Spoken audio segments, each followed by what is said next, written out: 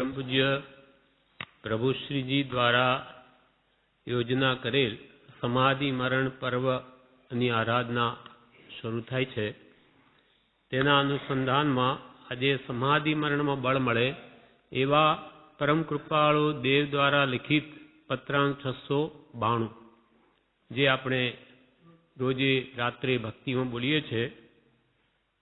આ પત્રમાં સમાધિ મરણનું મુખ્ય કારણ સત્પુરુષનો નિશ્ચય અને આશ્રય છે એ જણાવેલ છે। નિશ્ચય એટલે શું? તો કે સત્પુરુષની શ્રદ્ધા, એના પ્રત્યે વિશ્વાસ, નિશંકપણું, અને આશ્રય એટલે શરણભાવ। જેમ કે આપણને પરમ કૃપાળુ દેવનો નિશ્ચય હશે, અર્થાત એમનામાં જેટલી શ્રદ્ધા હશે તેટલા પ્રમાણમાં તેમનો આશ્રય એટલે તેમનું શરણ સ્વીકારી આપણે આજ્ઞા ઉઠાવવાનો પ્રયત્ન કરીશું। જેટલી શ્રદ્ધા બળવાન જેટલો જ પુરુષાર્થ વિશેષ।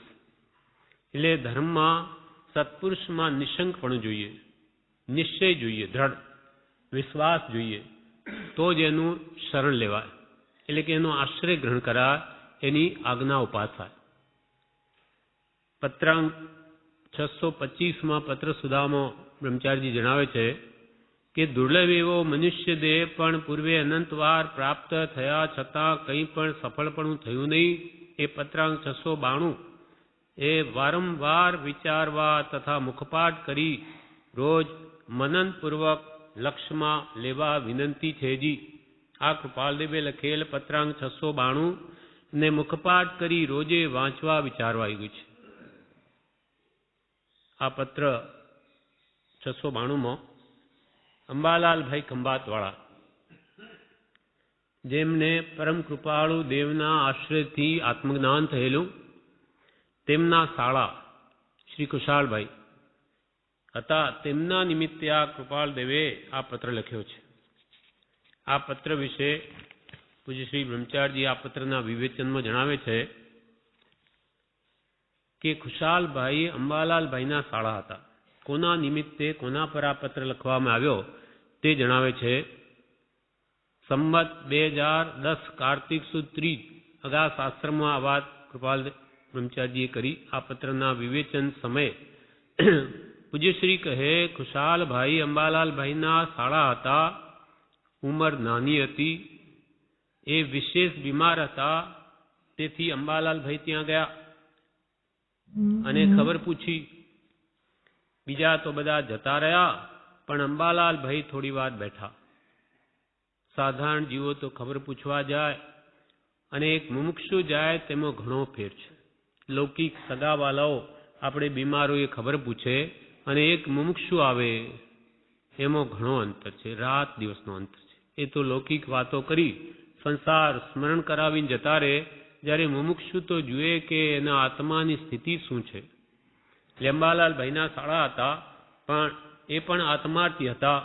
તે બેઠા જુએ છે કે એમની પરિણતિ કેવી રહે છે, ભાવ કેવા રહે છે।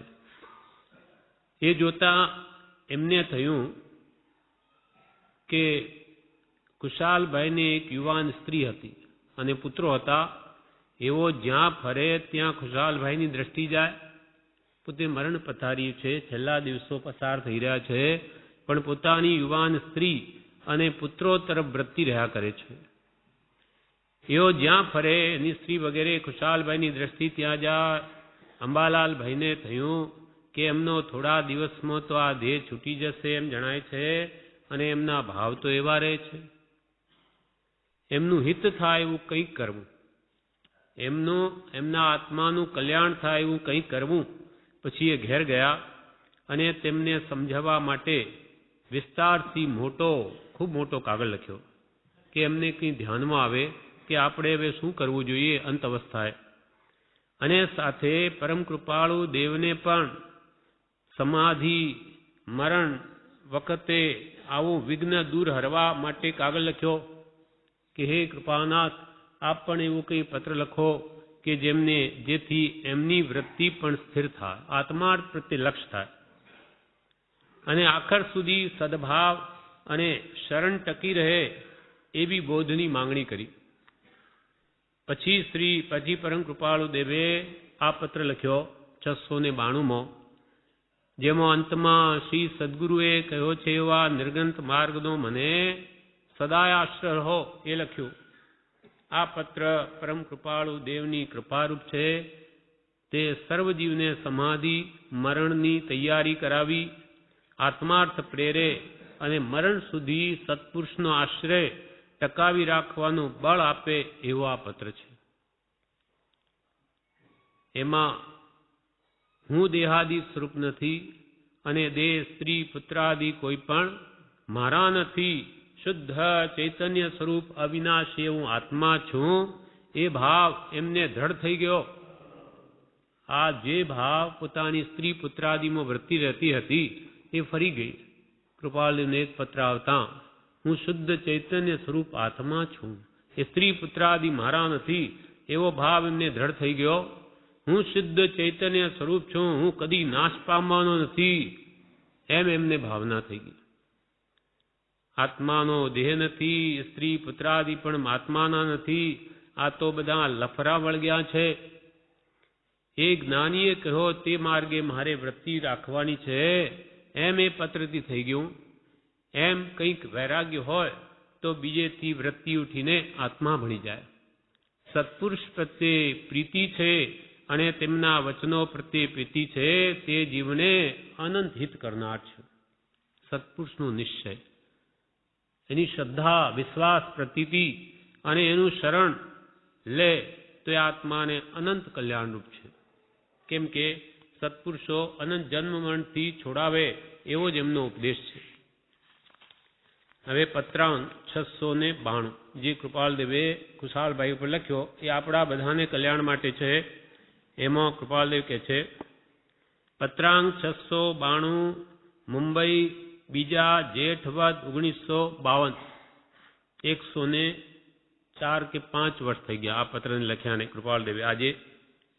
તેમાં કહે છે શરૂઆતથી, દુર્લભ એવો મનુષ્ય દેહ પણ પૂર્વે અનંતવાર પ્રાપ્ત થયા છતાં કંઈ પણ સફળપણું થયું નહીં. પણ આ મનુષ્ય દેહને કૃતાર્થતા છે કે જે મનુષ્ય દેહે આ જીવે જ્ઞાની પુરુષને ઓળખ્યા તથા તે મહાભાગ્યનો આશ્રય કર્યો. જે પુરુષના આશ્રય અનેક પ્રકારના મિથ્યાગ્રહાદિની મંદતા થઈ તે પુરુષને આશ્રય આ દેહ છૂટે એ જ સાર્થક છે. 692 આપણે રોજે રાત્રે બોલીએ છીએ. એમાં નિશ્ચય અને આશ્રય ભાવના બતાવી. સત્પુરુષનો દ્રઢ નિશ્ચય જોઈએ, શ્રદ્ધા જોઈએ. શ્રદ્ધા પરમ દુલ્હા, જેટલી બહુ બળવાળી શ્રદ્ધા જેની તે પુરુષાર્થે ગેલોજી. એમ કૃપાલદેવ પહેલા આ પત્રમાં એમના નિમિત્તે લખ્યું કે આ માનવ દેહ અત્યંત દુર્લભ છે. તે આવી રીતે સ્ત્રી પુત્રાદિમાં મોહ કરવાયો નથી, એની અત્યંત દુર્લભપણું બતાવ્યું. દુર્લભ એવો મનુષ્ય દેહ પણ પૂર્વે અનંત વાર પ્રાપ્ત થયા છે. અનંત કાળે કોઈક વાર મળે એવો આ માનવ દેહ પણ અનંત વાર મળી ગયો. કેમ કે પૂર્વે આપણો કાળ કેટલો ગયો તો કે અનઆદિ, એની કોઈ શરૂઆત જ નથી આત્માની. અનંતા અનંત કાળ વહી ગયો. નિગોદમાં 2000 સાગરોમાં નિયમા જાય, 48 જ ભાવ પછી નીકળે મળે, પાછો નિગોદમાં જાય, અનંત કાળે નીકળે, એકેન્દ્રી બેન્દ્રી થતો પાછો ક્યારે ઊંચો આવે. એવા માનવ દેહ જે અત્યંત દુર્લભ એવા પણ અનંત વાર મળી ગયા. છતાં પણ હજુ સુધી કૃપાલ કે સફળપણું થયું નહીં. દુર્લભ એવો મનુષ્ય દેહ બહુ પુણ્ય કેરા પુંજથી શુભ દેહ માનવનો મળ્યો. ઘણા કાળનું ઘણા ભાવનું પુણ્ય ભેગું કર્યું છે ત્યારે આ મનુષ્ય દેહ મળ્યો છે આપણને. આ મળી ગયો એટલે આપણને એનું મહાત્મ્ય લાગતું નથી. આજે નરક યોનિમાં હોઈએ કે ઢોર પશુની યોનિમાં, ત્યારે સમ્યક દ્રષ્ટિ જીવો દેવલોકમાં હોય છે તે પણ આ માનવ જન્મને ઈચ્છે છે કે હે ભગવાન ક્યારે અમને આ મનુષ્ય દેહ મળે અને શીઘ્ર આત્મકલ્યાણ કરીને મુક્તિને મેળવીએ. સમ્યક દ્રષ્ટિ દેવો દેવલોકમાં રહ્યા છતાં જે માનવ દેહને ઈચ્છે તે દેવ દુર્લભ માનવ દેહ આપણને પ્રાપ્ત છે. વળી ભગવાન મહાવીર સ્વામી જ્યારે મોક્ષે પધારવાના હતા ત્યારે અંત વખતે 36 પૌરની જે દેશના ચાલી છે, એક ધારું જે ઉત્તરાધ્યયન સૂત્ર બની ગયું આખું, એમાં ખૂબ તો ભગવાને દ્રષ્ટાંતો આપ્યા. છેલ્લો બોધ, ભગવાન મોક્ષે પધારેનો છેલ્લો બોધ, તેમાં ભગવાને એક ગાથા કહી કે ચતુરાણી પરમંગાણી દુલ્હાણીય જંતુણો માણુ સત્તમ સુઈ શ્રદ્ધા સંજમમ્ય વીર્યમ. હે ભવ્યો, આ જગતમાં 4 વસ્તુઓ જીવોને અતિ અતિ દુર્લભ છે. ચતુરાણી 4, પરમંગાણી પરમ મંગાણી ઘણી જ મોંઘી છે, ઘણી જ દુર્લભ છે. દુલ્હાણીય જંતુણો, જંતુ એટલે મનુષ્ય પ્રાણીઓને 4 વસ્તુ અત્યંત દુર્લભ છે. કઈ કઈ? પહેલું તો માણુ સત્તમ, મનુષ્યપણું પામવું અતિ અતિ દુર્લભ. સુઈ એટલે શ્રુતિ, સત્પુરુષના વચન કાનમાં પડવા અતિ અતિ દુર્લભ. મનુષ્ય તો ઘણા છે. પ્રભુ શ્રી કે પ્રભુ લાખો માણસો અહીંયા કે સેંકડો માણસો ગાડીમાં જાય, પણ પ્રભુ અહીંયા આવનાર કેટલા? આનો લક્ષ્ય કોને? અબ એ સિવાય લાખો હોય તોય શું? જેને સતનો લક્ષ્ય નથી એ મનુષ્ય પામ્યા છતાં પણ શું કામનું? લાખો મનુષ્યો છે પણ સતનો લક્ષ્ય કોને? જૈનમાં પણ 20 લાખ જૈનની વસ્તી, તેમાં પણ કૃપાલય કે સત માર્ગને જાણનાર કેટલા? અને ખરી આરાધના કરનાર તો આંગળીને ટેરવે ગણી લઈએ તેટલા પણ માંડ હશે. એવી કાળ સ્થિતિ થઈ ગઈ છે, એવી પંચમ કાળની દુષ્મ સ્થિતિ થઈ ગઈ કે જ્યાં હજારો કેવડીઓ વિચરે છે, તેમાંનો એક કેવડી તો શું સમ્યક દ્રષ્ટિ મહાત્મા મળવા દુર્લભ થઈ પડ્યા. એવા હુંડ ધીટ બિહામણો ભયંકર આ પંચમ કાળ છે જેમાં આપણે બેઠા છીએ. આ તો પૂર્વે કઈ જાણે શું કરી લીધું કે આવી સ્થિતિ મળી ગઈ એવો જોગ. બાકી આ કાળમાં ભગવાન મહાવીરનો મૂળ માર્ગ હાથમાં આવવો, તેમાં કેટલા મતભેદ. સૌ થાપે અહમે, ત્યાં સત્ય જાણવું અતિ દુર્લભ થઈ પડ્યું છે. તેમાં ભગવાન મહાવીરનો મૂળ માર્ગ હાથમાં આવવો અને આવા કૃપાલદેવ જેવા ગુરુ મળવા એ અતિ અતિ અતિ દુર્લભ છે. તે થયું છે માટે કે સુઈ આવી શ્રુતિ, ભગવાનનો મૂળ બોધ, મહાવીર સ્વામીનો એનો જે ભાવ, કૃપાલદેવ પોતે ભગવાન મહાવીરના અમે અંતિમ શિષ્ય હતા, તે જાણીને આપણને કહ્યો છે. ક્યાંથી લાવે? ભગવાન શું કહેતા હતા? શાસ્ત્રોમાંથી મૂળ મર્મ જાણવો અતિ દુર્લભ છે. તે કૃપાલદેવ આપણી ભાષામાં આપી દીધો.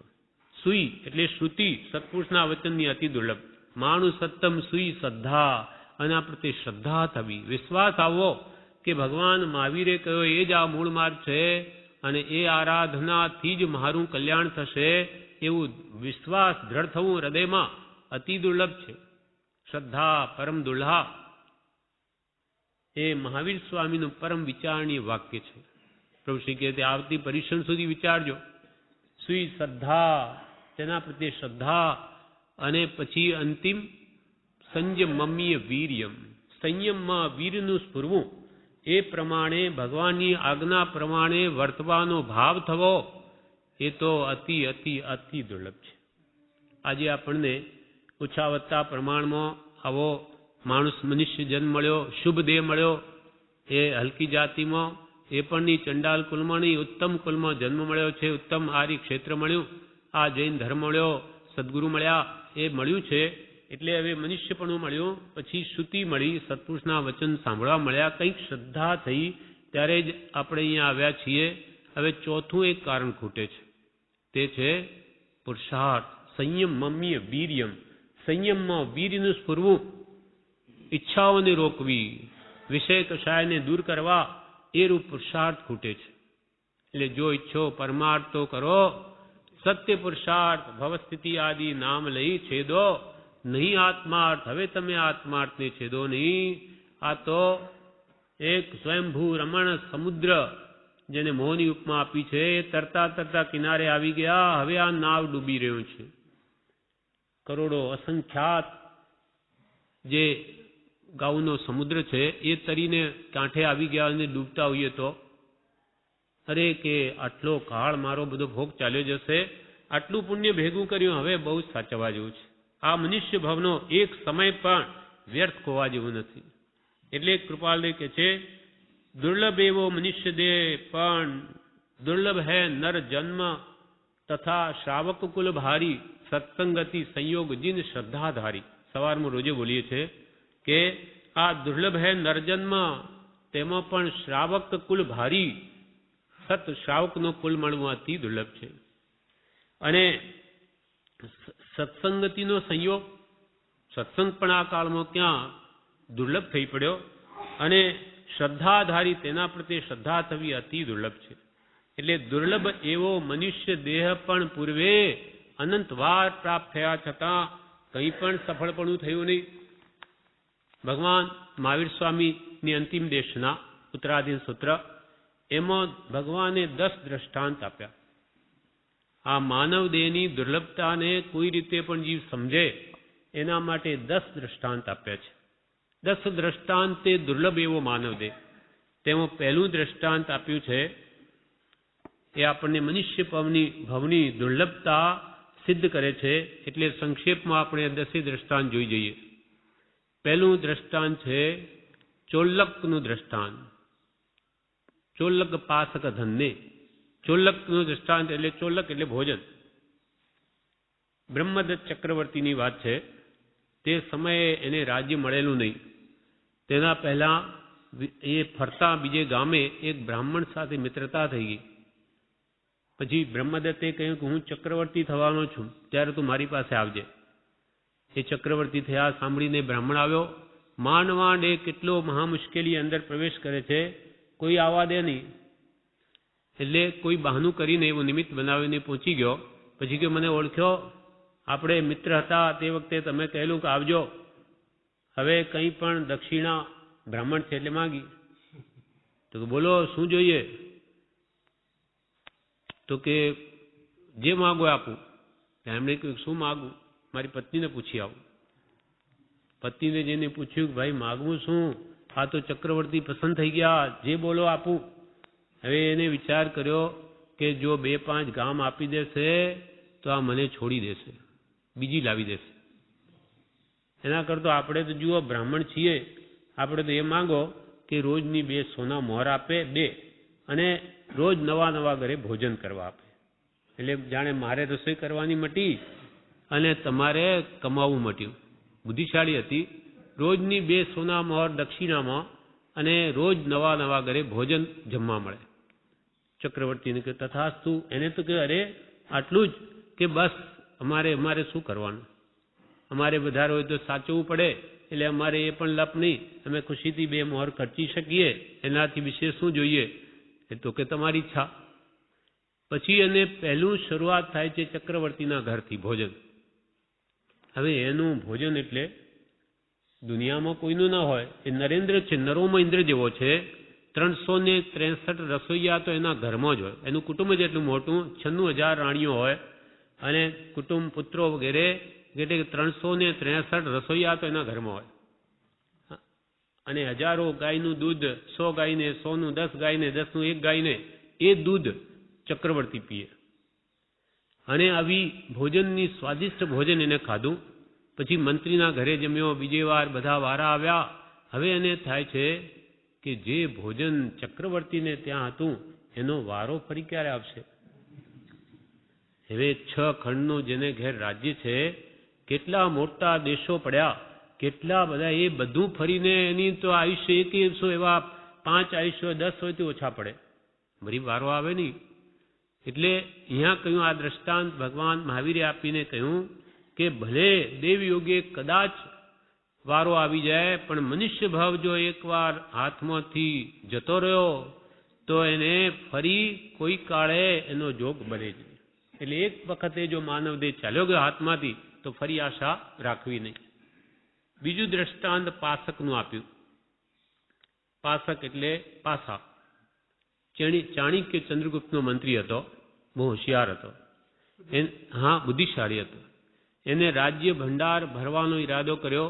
એટલે એણે એવી એક યોજના કરી કે દેવતાઈ પાસા મેળવ્યા અને રત્નોનો થાળ ભરી અને બધાની સામે મૂક્યો કે ભાઈ બધાએ મારી સાથે રમવું, અને જો બીજા જીતો તમે તો આખો થાળ તમારે, અને જો હારો તો મને એક જ સોના મોહર આપવી.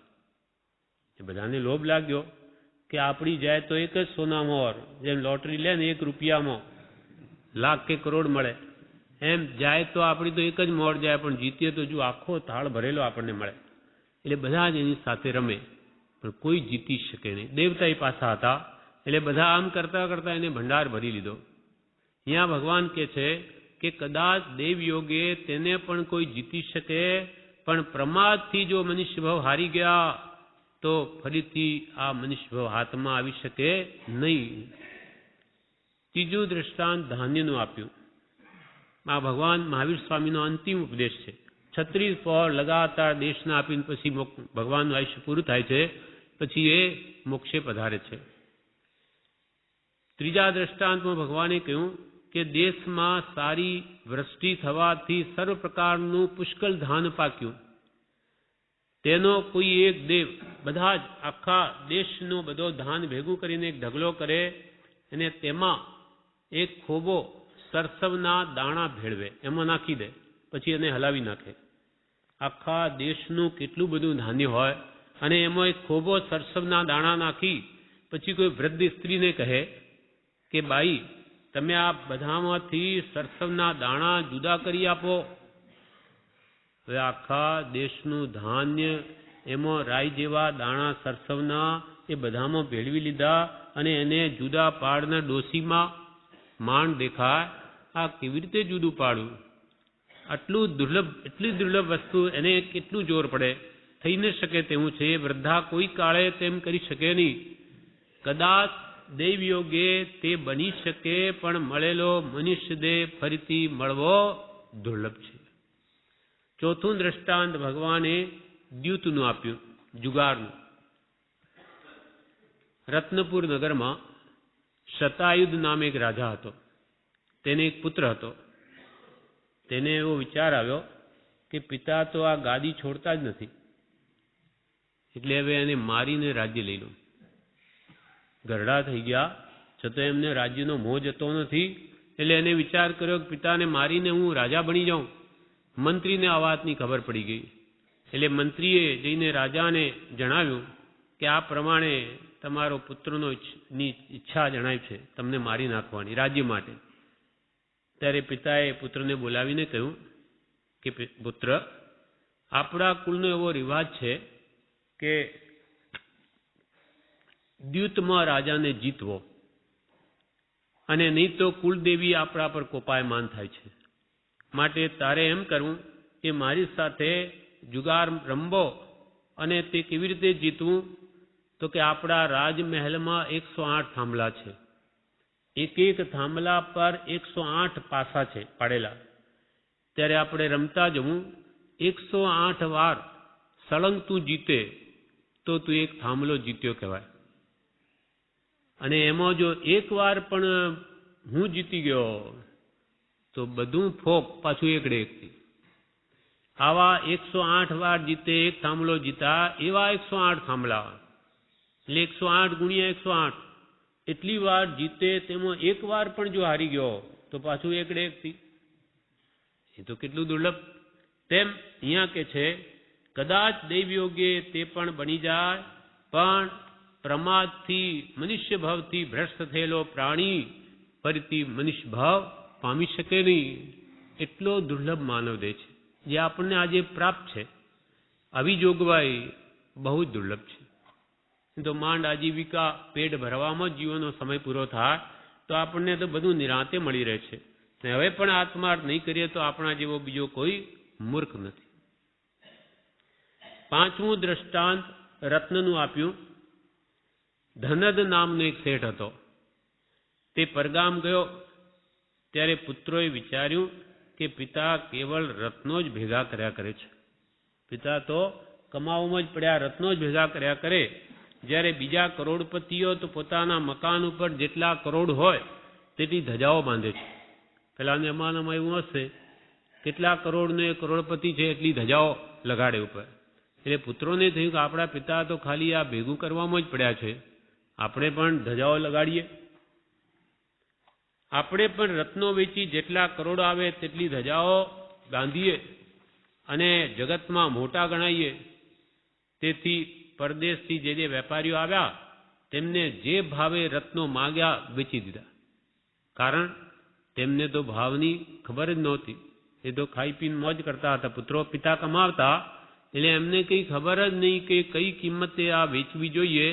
જે ભાવે વેપારીઓ માંગ્યા તે ભાગે રત્નો વેચી દીધા.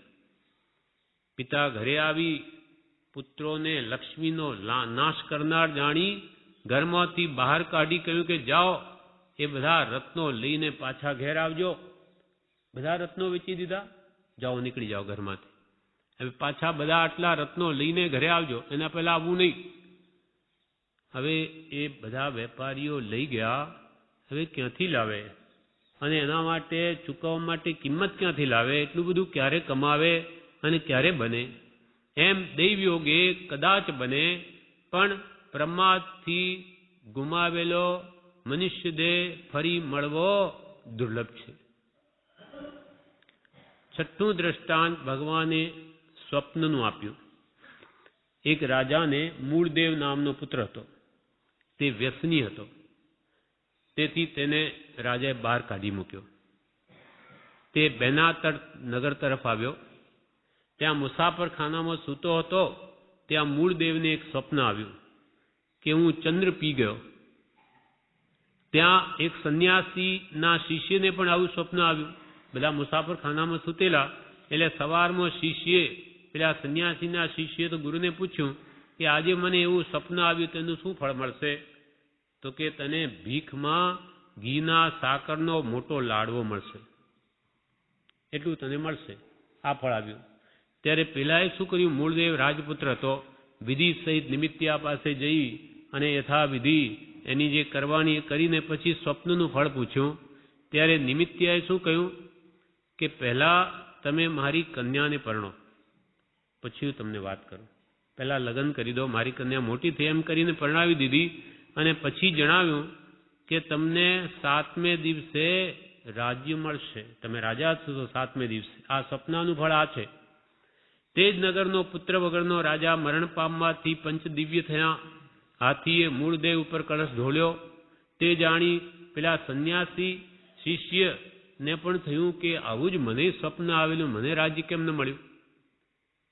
તો કે આ રીતે વિધિ સહિત પૂછવું જોઈએ. નિમિત્યાન તો થા, તો પછી કે હું પૂછું. હવે રોજે એવું ચંદ્ર હું પી જાઉં એવું સપનું આવે, એવા વિચાર કર્યા કરે, છાસ પીને સૂવે કે સફેદ સફેદ મને કંઈ દેખાય. પણ વર્ષો વીતી ગયા, પણ પેલું સપનું હવે આવું, એવું જ આવવું, એ ક્યાંથી આવે?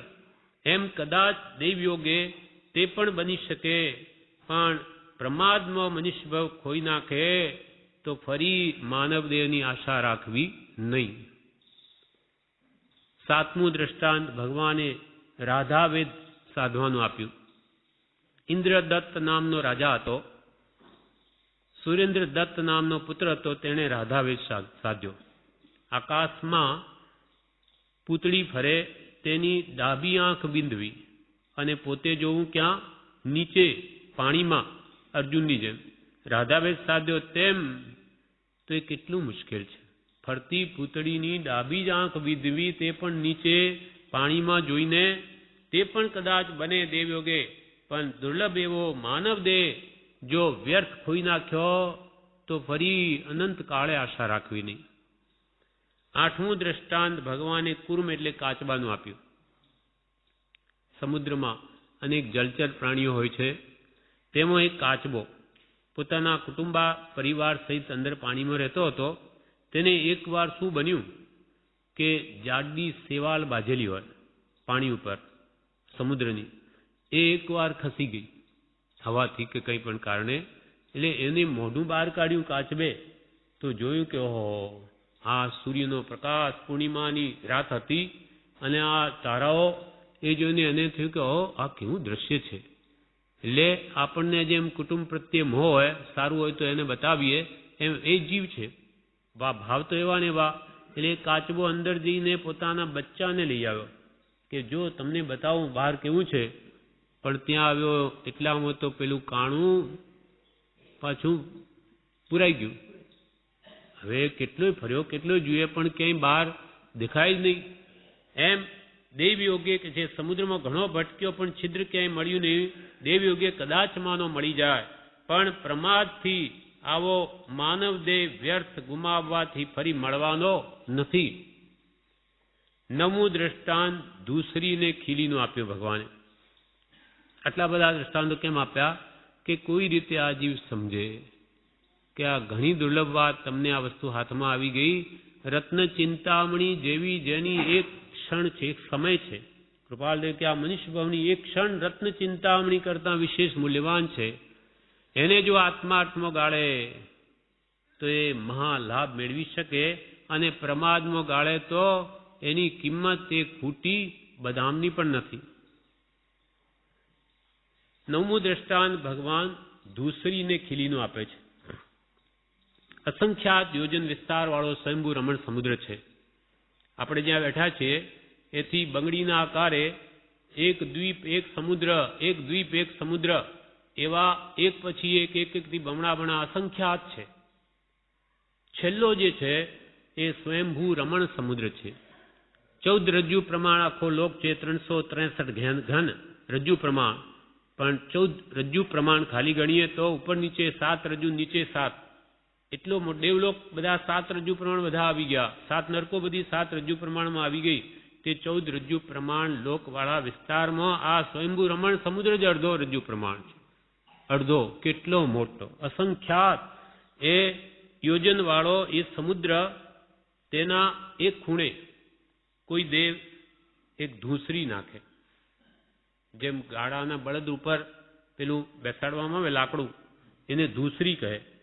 ધૂસરી નાખે અને બીજા છેડે એક એની ખીલી નાખે, અને એ આખો આટલો મોટો અસંખ્યાત માઇલ ગાઉ યોજન લાંબો સમુદ્રમાં બરોબર એ ખીલી એ ધૂસરીના કાણામાં જ આવીને પેસવું. એ કેવી રીતે બને? બરોબર ત્યાં જ આવવું, આટલું બધું જઈને બેસવું. એ જેમ અતિ દુર્લભ છે, તેમ મનુષ્ય ભાવ જો પુણ્યહીન આ મનુષ્ય ભાવ હારી ગયા તો પછી ફરી પામવો અતિ દુર્લભ છે. 10મું દ્રષ્ટાંત ભગવાને પરમાણુનું આપ્યું કે એક મોટો થાંભલો હોય. હીરા માણેક મોતી જેમ હોય છે, હીરા હોય તેમ એવો માણેક પણ હોય. એનો મોટો થાંભલો હોય. એ થાંભલાનું કોઈ દેવ બારીક ચૂર્ણ કરે. એ ચૂર્ણ કરીને એક નળીમાં ભરે આખા થાંભલાનું, અને પછી મેરુ પર્વત ઉપર ચઢે 1,00,000 યોજનનું. તેના ઉપરથી એ દેવ એ નળીમાં રહેલું જે ચૂર્ણ આખા થાંભલાનું એ ફૂંકે. હવે એના કણિયા ક્યાંય જઈને વિખરાઈ જાય. એ કોઈ દિવસ ભેગા થાય? એટલા ઝીણા કણ એમ તે ફૂંકે ચૂર્ણને ચારે દિશામાં ઉડાડી દે. તે ચૂર્ણ ફરીથી ભેગું કરી થાંભલો બની શકે? બધું ચૂર્ણ પાછું ભેગું કરીને ફરી થાંભલો બની શકે? અસંભવ છે, ન જ બની શકે. તેમ પ્રમાદથી ગુમાવેલો મનુષ્યદેહ પણ ફરીથી મળી શકે નહીં. આવી મનુષ્ય ભાવની અત્યંત દુર્લભતા ભગવાન જીનેશ્વરે મહાવીર સ્વામીએ જણાવી. આ 10 દ્રષ્ટાંતો વર્ણવ્યા. માટે હે ભવે પ્રાણીઓ, આવા દુર્લભ જન્મને સફળ કરવા માટે જીનોન્દ્રોએ પ્રરૂપેલા ધર્મને વિશે પ્રમાદ છોડી નિરંતર ઉદ્યમ કરો, કે જેથી શાશ્વત મોક્ષ સુખની પ્રાપ્તિ થાય અને અનંતકાળે આ દુઃખનો અંત આવે. અનંતકાળના દુઃખનો અંત આવે. નહીં તો હજુ અનંત દુઃખ ભોગવવા પડશે. જે સ્વરૂપ સમજ્યા વિના પામ્યો દુઃખ અનંત દુઃખ પામે. પોતાના આત્માની ઓળખાણ નહીં કરી ત્યારે અનંત દુઃખ પામ્યો, અને હજુ પણ નહીં ઓળખે, નહીં સમજે પોતાને, આ મનુષ્ય ભાવની કિંમત સમજીને એનો સદુપયોગ નહીં કરે તો હજુ અનંત દુઃખ ઉભા છે. નરકની ગોદાદી તિર્યંચના તો આપણે જોઈએ છે. અનંત દુઃખ આપણે ભોગવ્યા છે, હજુ ભોગવવા પડશે નહીં સમજીએ તો. એટલે કૃપાલે આપણને કહે છે દુર્લભ એવો 10 દ્રષ્ટાંતે દુર્લભ દેવ દુર્લભ એવો આ માનવ દેહ પણ પૂર્વે અનંત વાર પ્રાપ્ત થયા છતાં કંઈ પણ સફળપણું થયું નહીં. પણ આ મનુષ્ય દેહને કર્તારતા છે. આ ભવને કર્તાર્થતા એટલે સફળતા છે કે જે મનુષ્ય દેહે આ જીવે નાની પુરુષને ઓળખ્યા. આપણે ઓળખ્યા છે કે નહીં? તો એનો પ્રમાણ કૃપાલે આપે છે કે ઓળખાણ જો જ્ઞાની પુરુષની થઈ હોય આ માનવદેહ પામીને, તો તમારી કેવી સ્થિતિ હોવી જોઈએ? એ આપણે આ પત્ર કૃપાલદેવે લખ્યો છે એનાથી ખ્યાલ આવશે કે ખરેખર આપણને સત્પુરુષની ઓળખાણ થઈ છે કે નહીં. ઓળખાણ થઈ હોય તો એની કેવી દશા હોય તે બતાવે છે. પત્રાંક 416 કૃપાલદેવે કહ્યું કે ધ્યાનના ઘણા ઘણા પ્રકાર છે. ધ્યાનમાં પિંડસ્થ ધ્યાન, પદસ્થ ધ્યાન, રૂપસ્થ ધ્યાન, રૂપાતીત વગેરે ધ્યાનના ઘણા ઘણા પ્રકાર છે. તે સર્વમાં શ્રેષ્ઠ એવું તો આત્મા જેમાં મુખ્યપણે વર્તે છે તે ધ્યાન કહેવાય છે. આત્મ ધ્યાન એ સૌથી શ્રેષ્ઠ ધ્યાન છે. જે આત્મજ્ઞાન એ આત્મ ધ્યાન કેવી રીતે પ્રાપ્ત થાય તો કે આત્મજ્ઞાન સિવાય આત્મ ધ્યાન હોઈ શકે નહીં. એ તો કોનું ધ્યાન કરે? એટલે આત્મ ધ્યાન કરવું હોય તો આત્મજ્ઞાન જોઈએ.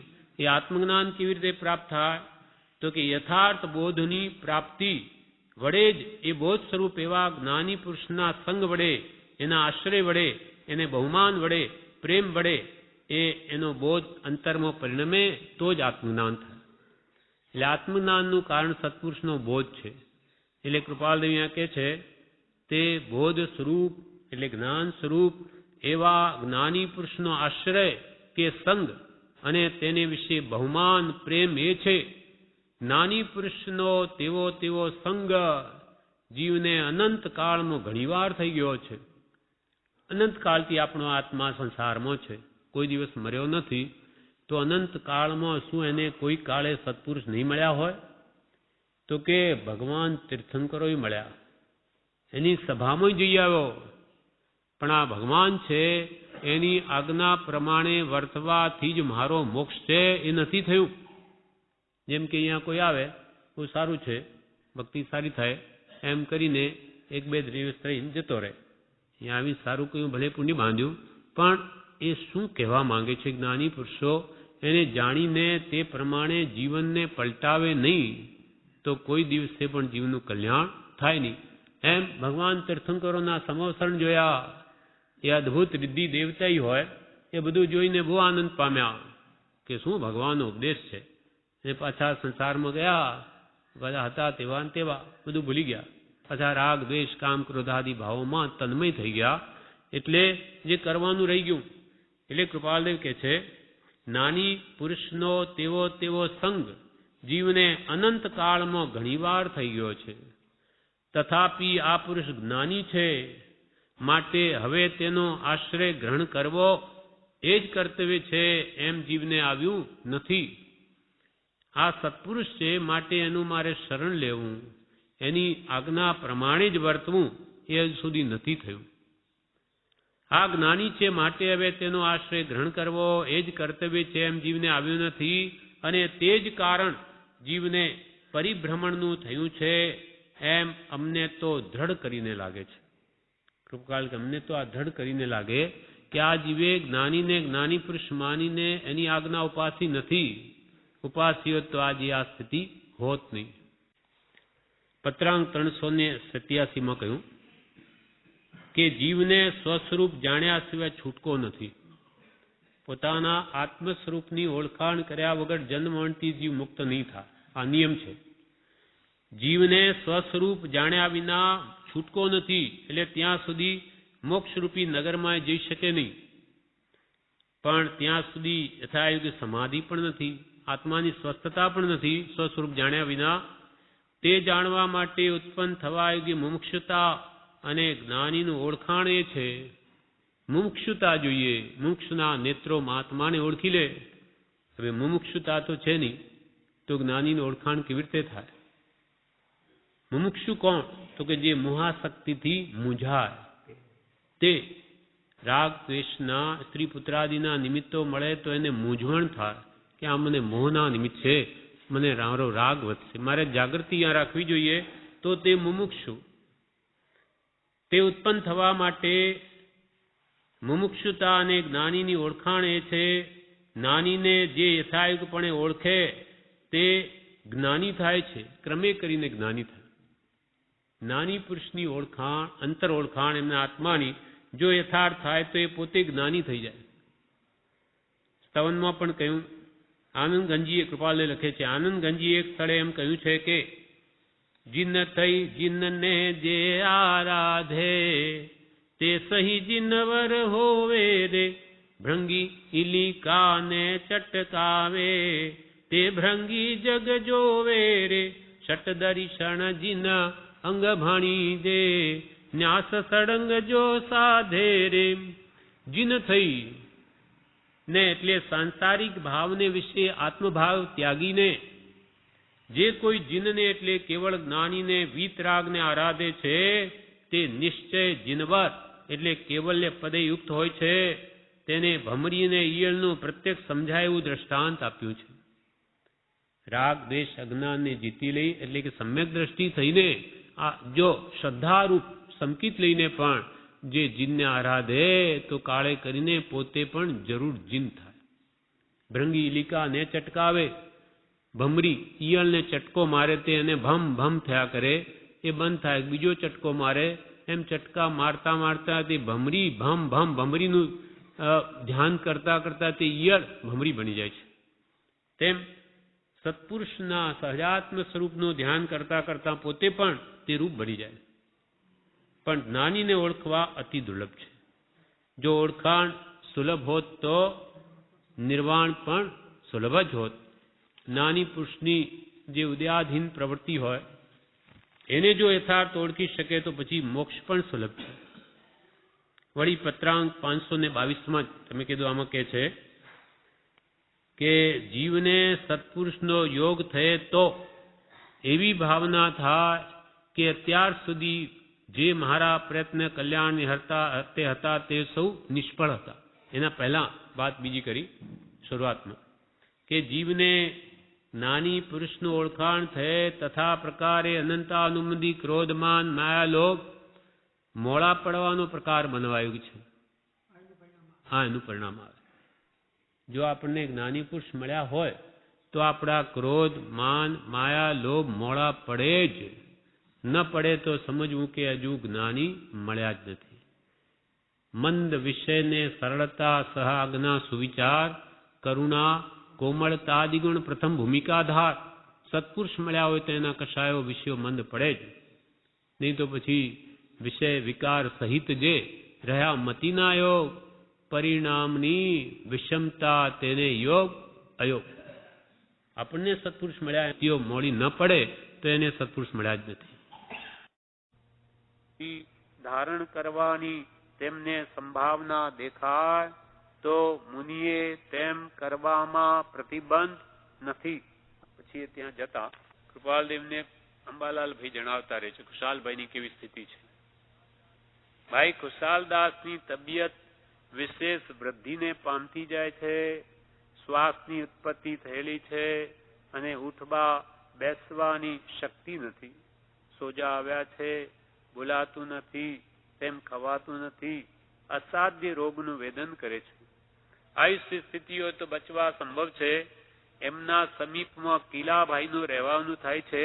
સ્મરણ રહેવા વારંવાર જણાવે છે. કિલાભાઈ ખંભાતના મુક્ષો હતા. એ કે છે એમની પાસે રહે છે ને વારંવાર સ્મરણ કરે છે. પછી ફરી બીજા પત્રમાં કૃપાલદેવને અંબાલાલભાઈ લખે છે આ અનિત્ય અને અશરણ એવા ત્રાસરૂપ સંસારમાં એક સદગુરુનું આપ પવિત્ર નાથનું શરણ જ સત્ય છે. સુગ્ન ભાઈ શ્રી ખુશાલદાસ ગઈકાલે એટલે સોમવારના 8 વાગ્યાના સુમારે આ ભૂમિનો ત્યાગ કરી ચાલ્યા ગયા છે.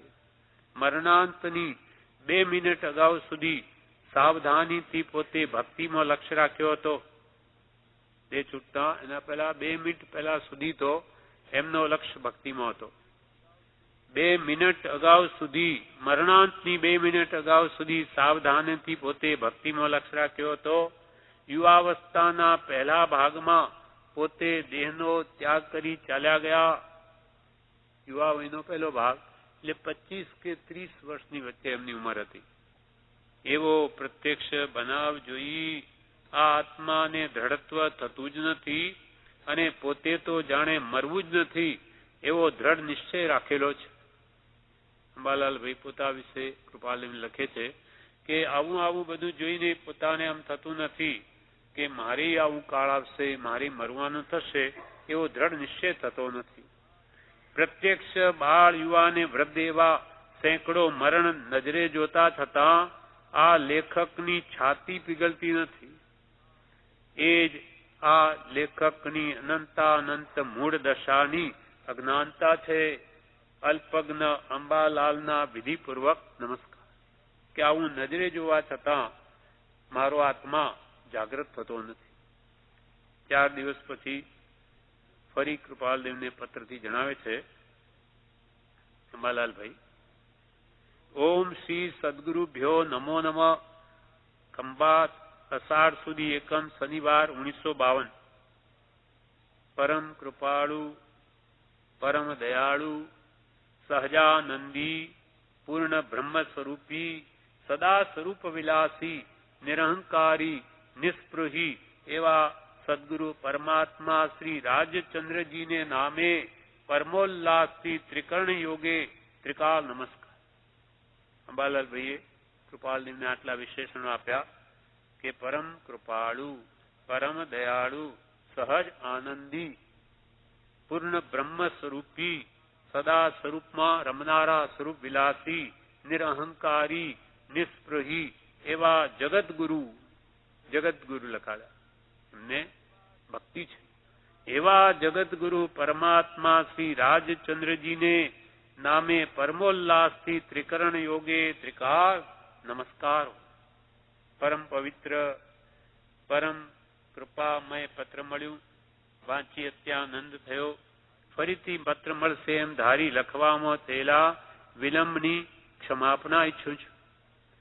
ભાઈ ખુશાલદાસને મરવાના દિવસે સોમવારે બળખા નીકળવાના બંધ થયા હતા અને સહજ શાતા જણાતી હતી. દેહ છૂટતા પહેલા સહજ શાતા જણાતી હતી. ભાઈ કિલાભાઈ તથા નગીનભાઈ તરફથી 15 દિવસ અગાઉથી એમની સમીપમાં રહેવાનું અને રાત્રે સુવાનું રાખ્યું હતું. કિલાભાઈ મુક્ષ અને નગીનભાઈ એ બે એમની પાસે 15 દિવસથી સૂતા હતા. સોમવારે શ્રી વચનામૃતોના પત્રો વંચાવવાનું વિશેષ ચાલ્યું હતું. તે જ દિવસે જરા શ્વાસની ઉત્પત્તિ વધારે હતી, પણ પંચેન્દ્રિયો સાવધાનપણે સારી હતી. કે સવારથી વચનામૃતનું વાંચન વિશેષ ચાલુ હતું અને તે દિવસે એમનો શ્વાસ વધારે ઉપડ્યો હતો, પણ પાંચેન્દ્રિયો સાવધાનપણે સારી હતી. 3 વાગ્યાના સુમારે કિલાભાઈ વાળું કરવા ગયા. 3 વાગે લગભગ કિલાભાઈ જમવા ગયા. હા, બપોરે ત્યાં સુધી બેઠા હશે, એટલે એમની તબિયત વધારે ઠીક નહોતી એટલે. પણ તે વખતે શું બન્યું? 3 વાગ્યાના સુમારે કિલાભાઈ વાળું કરવા ગયા. તે વખતે સહજ ઘરવાળાઓએ સ્વાર્થી ગરબડ કરી મૂકી. ઘરવાળાઓ એ કે છે સ્વાર્થી ગરબડ કરી મૂકી અને સ્ત્રીયાદિકને કંઈ કહેવા કરવા વિશેની વાત તે લોકો તરફથી નીકળવાથી ખુશાલદાસનું ચિત્ત તેમાં પરોવાયું હતું. એટલે બધા ઘરવાળા સગાવાળા શું કે, આ તમારી પત્નીને કંઈ કહેવું એ કહો, એમ કરીને 1 કલાક સુધી આવું કે કરી નાખ્યું. એટલે ફરીથી આત્મજાગૃતિ હણાય, મોહ વધે એવા નિમિત્તો ઉભા કરી દીધા.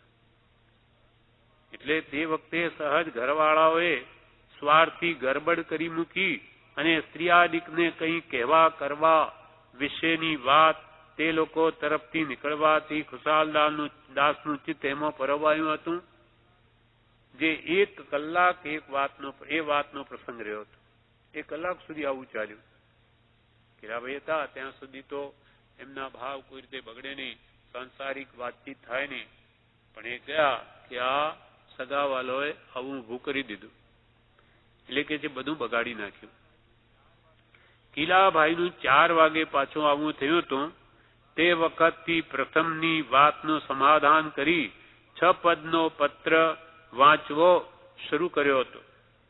પછી પાછો 6 પદનો પત્ર વાંચીને બધું ઠેકાણે લાવ્યું. આવો જ એક પ્રસંગ આશ્રમમાં પ્રભુશ્રીના વખતમાં બનેલો. મોહનલાલજી મહારાજ પ્રભુશ્રીની સાથે જ રહેતા. અહીંયા કૃપાળુ દેવે પણ એમને કીધેલું કે તમે જયારે વિહાર કરો ત્યારે પ્રભુશ્રીનો જે કંઈ પુસ્તક વગેરે તમારે ઉંચકવા, એમ મોહનલાલજી મહારાજને કીધેલું.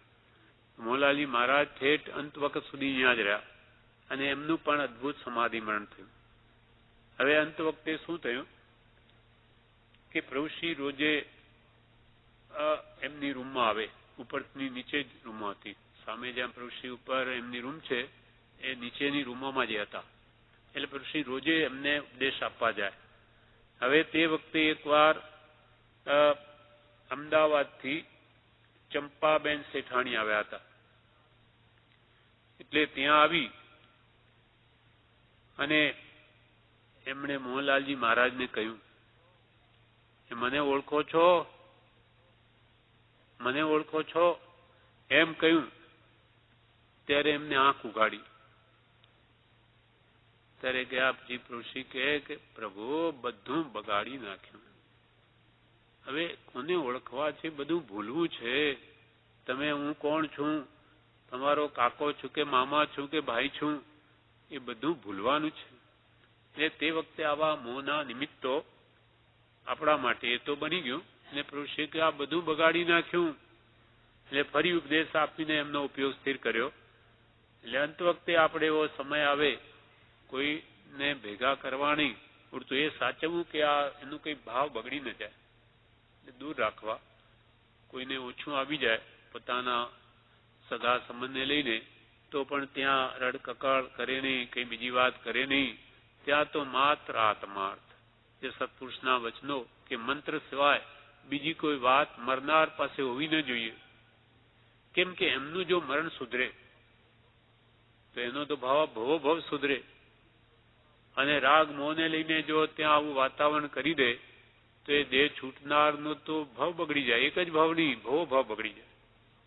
માટે ખરા આપણા એના સગા હોઈએ, એનું ભલું ઈચ્છતા હોઈએ તો એનું મન કોઈમાં આસક્તિ ન પામે એવા જ નિમિત્તો ત્યાં રાખવા જોઈએ. એટલે એવું ત્યાં બન્યું અને અહીંયા બન્યું. એટલે અંબાલાલભાઈ કૃપાલને લખે કે ત્યાં 1 કલાક સુધી આવું ચાલ્યું. પણ આ તો કિલાભાઈ પાછા આવ્યા એટલે એમને 6 પદનો પત્ર પાછો લઈ અને એમના ભાવ સુધારી દીધા. અને તે જ વખતે એમને દેહ છૂટે છે 5 વાગે. આ 3 વાગે એવું બન્યું, 4 વાગે પાછા આવી ગયા અને 5 વાગે પછી શું થયું કે જે દેહને પંપાળવાનું કહેતા હતા તે દેહને મૂકીને જરા વારમાં તેઓ ચાલ્યા ગયા. એવો એ પવિત્ર ખુશાલદાસનો પવિત્ર આત્મા જતો જોઈ આ લેખકને બહુ જ સ્મરણ થાય છે કે જરા વારમાં ફના જ થઈ જવાનું છે, આખો એ દેહ મૂકી જવાનું છે. છતાં આ જીવ આ દેહ પ્રત્યે મમત્વ કરે છે. એ જીવની કેટલી અનંત ગણી મૂઢતા કહેવાય. કપાલને લખે આવો આ દેહ જે મૂકીને જવાનું છે ને આ જીવ એના પ્રત્યે કેટલી આસક્તિ, રાગ રાખે, મોહ રાખે છે. 15 દિવસ થયા. પવિત્ર વચનામૃતો સંભળાવવાનું થયું હતું. એમને પણ એ જ પ્રિય હતું. કુશાળભાઈને પણ જયારે આ કૃપા પહેલા તો આવું એમની સ્ત્રી પુત્રાદિ પ્રત્યે વૃત્તિ રહેતી, પણ જયારે આ પત્ર આવી ગયો 692માં કે બધું જ આખી લેસ્યા ફરી ગઈ અને હું દેહાદી સ્વરૂપ નથી, હું દેહાદી સ્વરૂપ નથી, દેહ સ્ત્રી પુત્રાદિ મારા નથી, મારા નથી, મારા નથી, એવો ભાવ દ્રઢ થઈ ગયો. અને શુદ્ધ ચૈતન્ય સ્વરૂપ અવિનાશી એવું આત્મા છું, એવું આત્મા છું એમ આત્મભાવનામાં એમનું ચિત્ત પરવાઈ ગયું. લેસ્યા ફેરવી નાખી કૃપાલદેવે. અને આપણા માટે પણ એ જ કે છે કે આવો વખત આવે આપણે પણ આ ભાવના ભાવી કે આ મારું કોઈ સ્વરૂપ નથી. આવા તો મેં અનંતા દેહ ધારણ કર્યા, આવા સગાવાલા અનંત વાર મળ્યા અને મૂકીને આવ્યો છું, આ મૂકીને જવાનું છે. હવે એમનો જો વૃત્તિ રહી ગઈ તો ફરી આ લોકોના સાથે ફરી મારે જન્મ લેવો પડશે. એટલે 15 દિવસ કે છે વચનામૃત સંભળાવવાનું થયું હતું. એ અમને પણ પ્રિય હતું. બીજા પુસ્તકો સાંભળવાની ઈચ્છા થોડી જ રહેતી હતી અને પોતે જણાવ્યું હતું કુશાલભાઈએ આ પત્ર આવ્યા પછી એમની ભાવના ફરી ગઈ. એટલે એમને જણાવ્યું હતું કે કોઈની લાજ કે લોક ભય રાખશો નહીં. પ્રગટપણે મને પત્રો વાંચી સંભળાવજો. મને લોક ભયની જરૂર નથી. લોકો ગમે તેમ કે એ તમે જોશો નહીં. મારી આગળ તો બસ તમે આ કૃપાળદેવના વચનો જ વાંચજો. લોક લાજ કે લોક ભય રાખશો નહીં. પ્રગટપણે મને પત્રો વાંચી સંભળાવજો. મને લોક ભયની જરૂર નથી. મરવાને દિવસે 4 વાગે તો કિલાભાઈ એમણે કહ્યું હતું કે જોજો આ પુસ્તકની વચનામૃતની આશાતના ના થાય. ત્યારે ચિત્રપટનું દર્શન અપાતું હતું. કૃપાલદેવના ચિત્રપટોના દર્શન કરાવતા હતા. તે વખતે ખુશાલભાઈ બોલ્યા કે જોજો આ પુસ્તકની આશાતના ન થાય કૃપાલદેવના વચનોની. એટલું બધું મહાત્મ્ય અંત વખતે પણ એમને હતું. જોજો આ પુસ્તકની વચનામૃતની આશાતના ન થાય ત્યારે એમને ચિત્રપટનું દર્શન અપાતું હતું. આવા કારણમાં કુટુંબાદિક વિશેષ પ્રતિકૂળ નહોતા રહેતા. એટલે કે એમનું કુટુંબી એમના પાસે ભક્તિ કરતા, વચનામૃતના પત્રો સંભળાવતા કે કૃપાલદેવના ચિત્રોના દર્શન કરાવતા, ચિત્રપટના, એમાં કંઈ એમના કુટુંબનો વિરોધ નહોતો. જે પત્રમાં પરમ કૃપાળુ દેવ ઉપર લખેલા પત્રમાં પોતે સહી કરી હતી તે પત્રના ઉત્તરની વિશેષ ચાહના હતી. અને ટપાલનો સમય થયે રોજ માણસને ટપાલ માટે મોકલતા હતા. કુશાલભાઈ દેહ છૂટવાનો છે, પણ કૃપાલદેવને જે પત્રો લખ્યા હશે એમાં એમણે કે 1-2 લીટી કરી હશે એટલે જાણે કૃપાલદેવનો જવાબ આવશે મારા માટે કંઈ. એટલે રોજ ટપાળી પાસે મોકલી માણસ કે કાગળ આવ્યો છે કોઈ કૃપાલદેવનો. એટલે વૃત્તિ ભાવ ત્યાં રહેતો એમનો. જે પત્રમાં ખુશાલભાઈએ સહી કરી હતી તે પત્રના ઉત્તરની એમને વિશેષ ચાહના હતી. અને ટપાલનો સમય થયે રોજ માણસને ટપાલ માટે મોકલતા હતા. પોતે જ તે સ્મૃતિ આપતા હતા કે જાઓ કાગળ આવ્યો છે એમનો, પણ આજે જ તેમનો દેહ છૂટી જશે એવું કોઈની કલ્પનામાં આવેલું નહીં. અને તે દિવસે સારું વર્તાયું હતું. તેથી અમારા મનમાં એમ હતું કે તે વખતે હજુ આયુષ ટકશે કે ભાઈ તે દિવસે અમને એટલું સારું લાગતું હતું. અંત વખતે સ્થિતિ સારી હતી આમ, એટલે કે હજુ દેહ ટકશે એમ લાગતું હતું. અને મને શરીરની અશાતાનું પણ કારણ હતું.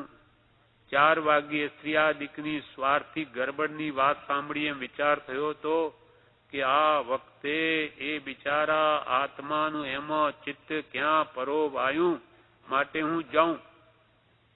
ત્યાં બીજા કારણોથી એમ થયું કે વાળું કરી જવાય તો રાતના 10 વાગ્યા સુધી એમ સમીપ રહી શકે. મને કંઈ ખબર પડી હતી કે 4 વાગે આ સગાવાલોએ પુત્રાદી સ્ત્રીને પાસે લઈને આવો મોહની ગરબડ ઊભી કરી છે, પણ મને થયું કે હવે 5 વાગે વાળું કરીને જાઉં તો રાત સુધી એમની પાસે હું બેસી શકું. એમ ધારી થોડો વખત એક પત્ર લખી રાખ્યો કે એમના વાંચવામાં આવે તો ઠીક, કારણ કે વાંચી શકવાની અથવા સ્લેટમાં લખી શકવાની એમની શક્તિ હતી. તે પત્ર લખી વાળું કરી 5 વાગે હું ત્યાં ગયો. જઈને જોયું તો શરીર નાખી દીધું હતું. તેમ વધારે વાર સાંભળવા જેવી સ્થિતિ નહોતી.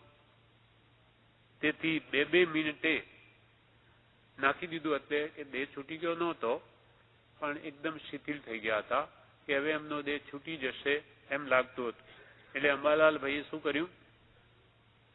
તેથી કે મેં 2-2 મિનિટે એક શ્રી સદગુરુનું શરણ સહાયકારી છે, એક એ જ શરણું સાચું છે એમ ઉચ્ચાર આપતો હતો.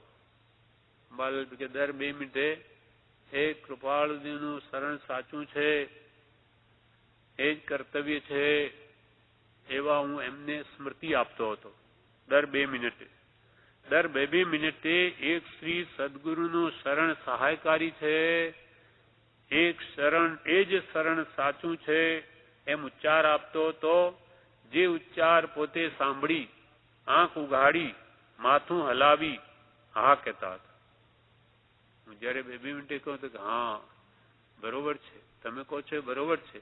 એમ જ મને કે આંખ ઉઘાડી, માથું હલાવી અને હા કહેતા હતા. અને તેમ મરણના 5 મિનિટ અગાઉ સુધી રહ્યું હતું. અને મરણના 5 મિનિટ અગાઉ સુધી રહ્યું હતું. વારંવાર તે જ ઉચ્ચાર આપતો હતો. મરણ થતા સુધી પોતે તે સાંભળતા અને હા કહેતા. છેવટના વખતે ફક્ત 5 જ વાર માથા શ્વાસ એટલે વિશેષ શ્વાસ થઈ શરીર ખેંચાયું હતું અને સહજ વારમાં જીવ હતો ન હતો થઈ ગયો હતો.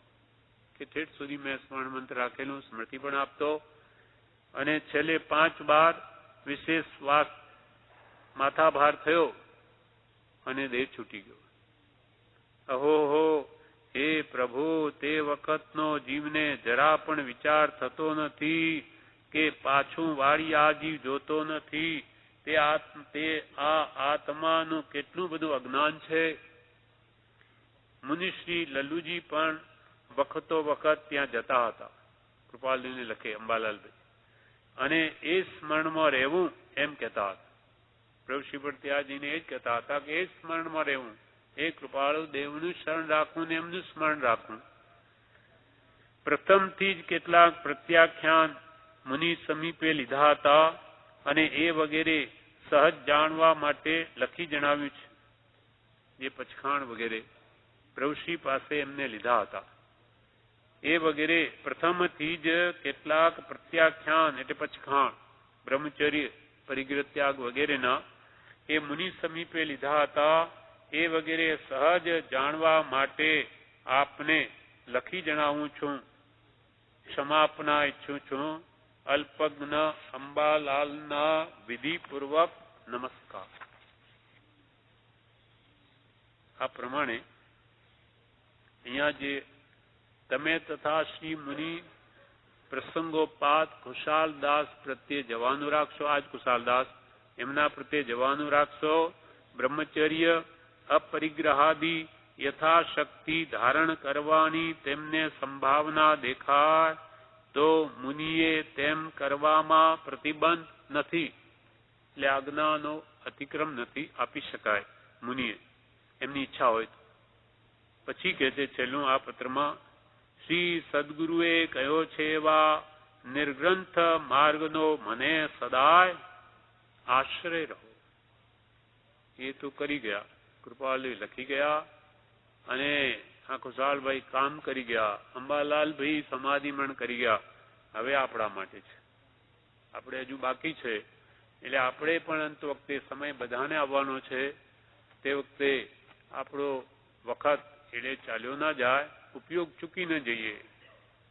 નહીં તો આખી જિંદગી સાધના ફોક પણ જઈ શકે છે. જો અંત ન સુધરે ને આર્ત ધ્યાનમાં મરણ થઈ ગયું તો દુર્ગતિ થઈ જાય તો આ ક્યાંય ગતિમાં ખોટી ગતિમાં જતો રહે. પાછો ક્યારે ઊંચો આવે એ તો પડતો પડતો ઠેઠ નીચે પણ જાય. એટલે મરણ વખતે આપણે ખાસ સાચવવાનું છે કે એક સત્પુરુષનું દ્રઢ શરણ રાખીશ. એ સિવાય બીજી કંઈ મારે સ્મૃતિ જોઈએ જ નહીં. ઘરનાની બધાને કહી દેવું કે મારી આગળ બીજી કંઈ ગરબડ રાખવી નહીં. તમારે જે કંઈ વ્યવહાર હોય બહાર પતાવો. મારા આગળ તો કાં તો સ્મરણ કરો, ભક્તિ કરો, કાં વાંચો. એ સિવાય બીજું કંઈ નહીં જોઈએ. અને એમાં મારું ઈચ્છે, તમારું ઈચ્છે. તમે મારું સમાધિમરણ કરાવશો તો તમને કલ્યાણ અને હું ભવો સુખી થઈશ. અને મારું મરણ સુધરે એમાં તમારે રાજી થવું જોઈએ. અને આ બધા પ્રપંચો મને હવે શું લેવા દે, મારે તો જવું છે એમ આપણી તૈયારી પહેલા જોઈએ. અને એ ક્યારે હોય કે આત્મસિદ્ધિ આપણે જે 2 વાર અહીંયા બોલીએ છીએ એ શ્રદ્ધા દ્રઢ થઈ જાય કે હું આત્મા છું ને હું કોઈ કાળે મરવાનો નથી. શરીર જન્મ્યું, શરીર મરવે, હું મરતો જ નથી. એ ભાવ પહેલા દ્રઢ થવો જોઈએ. તો પછી એને કોઈ ભય નથી, કોઈ ફિકર નથી. અને ફિકર રાખવાથી કંઈ મરણ ટળી જવાનું નથી. ગમે એટલી ચિંતા કરે, ગમે એટલી દવા દારૂ કરે, પણ એ તો આયુષ્ય હોય તો જ બચે. નહીં તો આયુષ્ય જો ઓછું પૂરું થઈ ગયું હોય તો એવા દવાનો યોગ ન મળે, અને મળે તો વિપરીત મળે. એટલે ઉડતી દવા વિપરીત પરિણમી અને એનો દેહ ત્યાગનું કારણ બની જાય. કેમ કે આયુષ્ય પૂરું થઈ ગયું હોય એટલે કોઈ બચાવી શકતું નથી. પણ અંત વખતે આ સત્પુરુષ શરણ હશે, આ ભાવ આપણા રહી ગયા આમાં સ્થિરતાપૂર્વક, તો આપણું કામ થઈ જશે. જે અનંત કાળમાં થયું નથી તે આ ભોમાં થાય એવો જોગ છે. શ્રી સદગુરુએ કહ્યો છે એવા નિર્ગ્રંથ માર્ગનો મને સદાય આશરો. રાગ દ્વેષ અજ્ઞાનથી મુક્ત થવાનો માર્ગ જે ભગવાન વિતરાગોએ કહ્યો છે એ જ કૃપાલદેવે કહ્યો. બસ એનું મને શરણ હો, અંત વખતે બીજું કોઈ નહીં. શ્રી સદગુરુએ કહ્યો છે એવા નિર્ગ્રંથ માર્ગનો મને સદાય આશ્રય રહો. હું દેહાદિ સ્વરૂપ નથી. આ દેહ નો કર્મ છે. આદિમાં પછી દેહનું કારણ છે દ્રવ્ય કર્મ જ્ઞાનાવરણ્યાદિ, અને એનું પણ કારણ છે ભાવ કર્મ રાગ દ્વેષાદિ. એ મારા આત્માનો સ્વભાવ નથી. ભાવ કર્મી મારા નથી, દ્રવ્ય કર્મી મારા નથી, ને નો કર્મ દેહ પણ મારું સ્વરૂપ નથી. હું દેહાદિ સ્વરૂપ નથી, અને દેહ સ્ત્રી પુત્રાદિ કોઈ પણ મારા નથી. આપણે આ ભાવના કરવાની છે. વારંવાર વિચારીને આ ભાવ દ્રઢ કરવાનો છે કે દેહ તે હું નહીં, સ્ત્રી પુત્ર આદિ મારા નહીં, હું અને દેહ સ્ત્રી પુત્ર આદિ આદિમાં બધું આવી ગયું. જગતની કોઈ પણ વસ્તુ આપણી કહેવાતી હોય, માનતા હોઈએ, એ મારું કોઈ નથી. હું તો આવ્યો ત્યારે એકલો આવ્યો, જઈશ ત્યારે એકલો જવાનો, આ દેહ પણ મૂકીને જવાનો. આ દેહ પણ જો મારો નથી થતો તો આ પર પદાર્થો મારા ક્યાંથી હોઈ શકે? એવો મમત્વ ભાવ જ કાઢવાનો છે. અહીંયા પરમાર્થમાં કંઈ બીજી કોઈ મહેનત બહારની નથી. આ અંતરંગ પુરુષાર્થ છે. અંદરમાં આપણી મમતા મારાપણું ખૂબ થઈ ગયું છે. પર પદાર્થોમાં અનાદિનું છે, એ ઘટાડવું છે. એટલે હું દેહાદિ સ્વરૂપ નથી, દેહ સ્ત્રી પુત્રાદિ મારા નથી, તો તું કોણ છું? શુદ્ધ ચૈતન્ય સ્વરૂપ અવિનાશી એવો હું આત્મા છું. આ ભાવ દ્રઢ. હું સહજ આત્મ સ્વરૂપ છું એમ કહો કે હું શુદ્ધ ચૈતન્ય સ્વરૂપ છું, એક જ વાત છે. આ હું નથી અને આ હું છું. હું આ શરીર રૂપ નથી, એટલે શરીર પણ મારું નથી, હું નથી, કુટુંબે મારું નથી, તો તું કોણ છું? તો કે હું શુદ્ધ પરમાત્મા, નિશ્ચય ને પરમાત્મા જેવો, પરમ ગુરુ જેવો, પંચ પરમેષ્ઠી જેવો સહજાત્મ સ્વરૂપ છું, શુદ્ધ આત્મ સ્વરૂપ છું, નિશ્ચય ને પરમાત્મા છું. એમ શુદ્ધ ચૈતન્ય સ્વરૂપ અવિનાશી, ત્રણેય કાળમાં મારો નાશ નથી. ભૂતકાળમાં નાશ થવાનો મારો સ્વભાવ હોત તો થઈ ગયો હોત. જો હું નાશ થઉં એવો મારું જો સ્વભાવ હોત, જેમ કે ચપ્પલ આપણા ઘસાય, એ થોડા ઘસાય તો એ પૂરું તળિયું સાફ થાય, પણ કોઈ દિવસ ઘસાતું જ ન હોય તો એ કોઈ દિવસ નહીં ઘસા. આત્માનો એક પ્રદેશ પણ અનંતકાળના જન્મ મરણમાં હજુ એક પ્રદેશ પણ ઘસાયો નથી. અનંતા જન્મ મરણ થઈ ગયા તો અનંતકાળમાં નહીં ઘસાય તો હવે ક્યાંથી ઘસાય? અર્થાત અનુત્પન્ન એવો જે જીવ છે એનો કોઈ કાળે ભૂતકાળમાં નાશ થયો નથી, માટે આજે અહીંયા છું. નાશ થયો તો અહીંયા હોત નહીં, નાશ થયો નથી માટે અહીંયા છું, અને આજે અહીંયા છું તો અનંતકાળ પણ રહીશ. અવિનાશી એવો મારો સ્વભાવ છે એમ આપણને વિચારે કરીને આ ભાવ જ દ્રઢ કરવાના, ભાવ જ ફેરવાના છે, માન્યતા ફેરવાની છે. તો એમાં બધું આવી ગયું. હું દેહાદિ સ્વરૂપ નથી, દેહ સ્ત્રી પુત્રાદિ કોઈ પણ મારા નથી, શુદ્ધ ચૈતન્ય સ્વરૂપ અવિનાશી, અવિનાશી, મારો ત્રણેય કાળમાં નાશ નથી એવો હું આત્મા છું. તે દેહાદિથી ભિન્ન આત્મા રે, ઉપયોગી સદાય વિનાશ મૂળ માર્ગ સાંભળો જીનનો રે. એમ જાણે સદગુરુ ઉપદેશથી રે, કયું જ્ઞાન તેનું નામ ખાસ મૂળ માર્ગ સાંભળો જીનનો રે. છે દેહાદિથી, ત્યાં આદિ, દેહ આદિ સર્વ પદાર્થ્યું ભિન્ન. બધા આત્માઓથી પણ ભિન્ન, બીજા આત્મા મારા નહીં, અને આ દેહ પણ મારો નહીં. જ્યાં દેહ અપની નહીં તહાં ન અપનો કોઈ. ધન ઘર સંપત્તિ પર પ્રગટ હૈ, પર હૈ પરજન લોય. આ બધા તો પ્રત્યેક જુદા દેખાય, મારા ક્યાંથી હોઈ શકે? માટે વારંવાર આ ભાવને જ્ઞાનીઓ કે વિચારીને દ્રઢ કરી લો કે હું તો આ દેહથી ભિન્ન છે, દેહાદિથી ભિન્ન આત્મા. ઉપયોગી જ્ઞાન ઉપયોગ, દર્શન ઉપયોગ, એટલે જાણવું ને દેખવું એ આ મારો સ્વભાવ છે. મારો ગુણધર્મ શું? તો કે બધા પદાર્થને જાણવું ને દેખવું, જ્ઞાતા દ્રષ્ટા.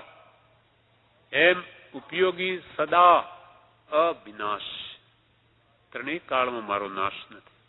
કોઈ કાળે હું મરતો જ નથી, જન્મતો નથી, માટે મરતો નથી. અનુત્પન્ન એવો જીવ, તેને પુત્રપણે ગણવો કે ગણાવવાનું ચિત્ત રહેવું એ સૌ જીવની મૂળતા છે. અર્થાત હું અનુત્પન્ન છું, અવિનાશી છું, પણ મને ખબર નથી કે હું અનુત્પન્ન કે અવિનાશી કે જ્ઞાતા દ્રષ્ટા કે જ્ઞાન દર્શન વાળો, એ પણ મને ખબર નથી. એટલે કૃપાલદેવ કે એમ જાણે સદગુરુ ઉપદેશથી તને ખબર નથી, પણ નાની જાણે છે કે તું કેવો છો, એટલે એના ઉપદેશથી માન્ય કર. કૃપાળુ દેવે કે અનંતા પૂર્વે તીર્થંકરોએ જેવો આત્મા જાણ્યો, જોયો, અનુભવ્યો, તેવો મારો આત્મા છે, તેવો હું છું, મને ખબર નથી. તો એમ જાણે સદગુરુ ઉપદેશથી રે કયું જ્ઞાન, તેનું નામ ખાસ. પ્રભુ સીધો કે ખાસ, ખાસ ને ખાસ આ જ મૂળભૂત જ્ઞાન છે. બીજું બધું જાણે, પોતાને નહીં જાણે તો બધું મીંડું. લાખ મીંડા પણ એકડો જ નહીં. એકડા વગર મીંડાની શું કિંમત? એટલે પહેલા હું આત્મા છું, હું નિત્ય છું, તો પછી આ બધું છે. તો કે છે અવિનાશી એવો હું આત્મા છું. એમ આ પ્રમાણે આત્મા ભાવના કરતા રાગ દ્વેષનો ક્ષય થાય. એમ આત્મભાવના જે જીવ કરે તેના રાગ દ્વેષ નષ્ટ થઈ જાય. રાગ દ્વેષ નાશ થાય તો શું પ્રગટે? કેવળ જ્ઞાન. અને કેવળ જ્ઞાન પ્રગટે જીવ ક્યાં જાય? મોક્ષમાં. મોક્ષમાં એકવાર ગયો તો ફરી આવે? કદી નહીં આવે. શાશ્વત સુખ શાંતિ, ફરી અને જન્મના દુઃખ જ ન હોય. તો એ બધાનું મૂળભૂત કારણ શું થયું? આત્મભાવના. એટલે આપણને મંત્ર આપ્યો કે આત્મ ભાવના ભાવતા જીવ લહે કેવળ જ્ઞાન. આત્માની ભાવના ભાવતા ભાવતા ઠેઠ કેવળ જ્ઞાન સુધી પહોંચી જઈશ. અને પછી તો થઈ ગયું, કૃતકૃત્ય દશા છે. કેવડી થયા પછી એને કાંઈ ભક્તિ કરવાની નથી, એને કાંઈ મંત્રે ગણવાના નથી. બધું થઈ ગયું, સર્વકાલને માટે છૂટી ગયો, જન્મ જરા મરણથી સર્વ દુઃખોથી. એટલે કૃપાળ દેવે એવી આત્મભાવના વિશે 621 પેજ ઉપર ફરી એક વાત લખી છે. એવી કેવી રીતે આત્મભાવના ભાવી આપણને તો આ બતાવી છે. આ મંત્ર જ છે. આ પ્રભુ સીધો કે પ્રભુ આ મંત્ર છે, હું દેહાદિ સ્વરૂપ નથી. આ કહ્યું તે. અને વળી અહીંયા પત્રાંક 833 છેલ્લી 4 લીટી કે છે, સર્વથી સર્વ પ્રકારે હું ભિન્ન છું. સર્વથી સર્વ પ્રકારે હું ભિન્ન છું. એક કેવળ શુદ્ધ ચૈતન્ય સ્વરૂપ, પરમોત્કૃષ્ટ અચિંત્ય સુખ સ્વરૂપ, માત્ર એકાંત શુદ્ધ અનુભવ રૂપ હું છું. ત્યાં વિક્ષેપ શો, વિકલ્પ શો, ભય શો, ખેદ શો, બીજી અવસ્થા શી. હું માત્ર નિર્વિકલ્પ શુદ્ધ શુદ્ધ પ્રકૃષ્ટ શુદ્ધ પરમ શાંત ચૈતન્ય છું. હું માત્ર નિર્વિકલ્પ છું. હું નિજ સ્વરૂપમાં ઉપયોગ કરું છું, તન્મય થાઉં છું. શાંતિ શાંતિ શાંતિ. આત્મ ભાવના આપી કે સર્વથી સર્વ પ્રકારે હું ભિન્ન છું. સર્વથી સર્વ પ્રકારે, ભાવ કર્મ દ્રવ્ય કર્મ નો કર્મ કે સગા વાલા કુટુંબ બધાથી હું જુદો. સર્વ આત્માઓથી પણ જુદો, ચેતન દ્રવ્યથી પણ જુદો. સર્વથી સર્વ પ્રકારે ભિન્ન છું. મારું અસ્તિત્વ મારામાં જ છે. અસંખ્યાત પ્રદેશ એ જ મારું ક્ષેત્ર. એ સિવાય બીજું મારું કંઈ નહીં. આ દેહાકારે છીએ આપણે, ત્યાં આપણા આત્માના પ્રદેશો રહ્યા અસંખ્યાત, બસ એ જ મારું, એ સિવાય મારું કંઈ છે જ નહીં. પછી ગમે એટલી આપણે માન્યતા કરીએ, મારું મારું પણ એ થતું જ નથી.